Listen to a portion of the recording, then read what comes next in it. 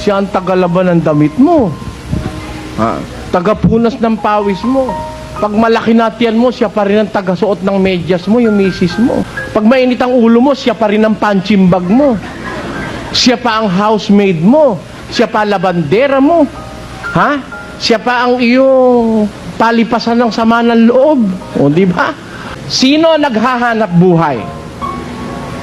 Karaniwan si lalaki. Pagkatapos, sumweldo ka sa nanay mo inintrego. Ano ka, mama's boy? Wala sa Biblia yon. Ang nasa Biblia, ibibigay ni lalaki kay babae ang sa kanya'y nararapat. Ano nararapat sa babae? Shelter. Kung ako naman ng babae, ibon lang bago man ligaw yung ibon gagawa muna ng pugad Hindi ba kaya nga ang tawag natin dun sa Tagalog naniningalang pugad na? Paano ikaw kung halimbawa magtatanan tayo ngayong gabi, saan tayo tutuloy? Bahala na. May pera ka ba? Pamasakin lang. Hanggang sa kayo aabot. Sa ilalim ng tulay ng Quiapo ang baksak niya.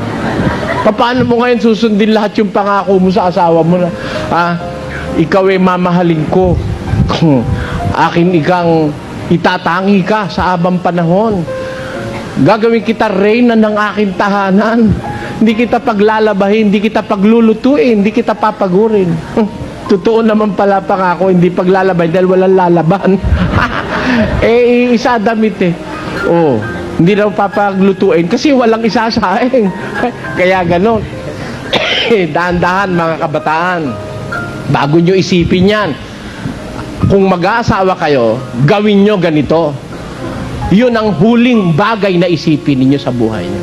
Kaya po yung pag-aasawa, gusto nyong maging masarap, kapaki-pakinabang, matahimik, mapayapa, banal, may aral ang Diyos sa lalaki at sa babaeng magsasama. Ang pangunahin, pagdating sa katawan, si lalaki ibibigay kay babae ang nararapat.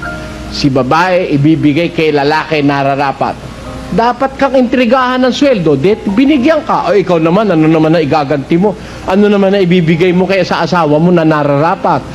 Wag mo naman paalisin ang baliktad ng kwelyo. O kaya ibutas ang pundilyo o yung pantalon.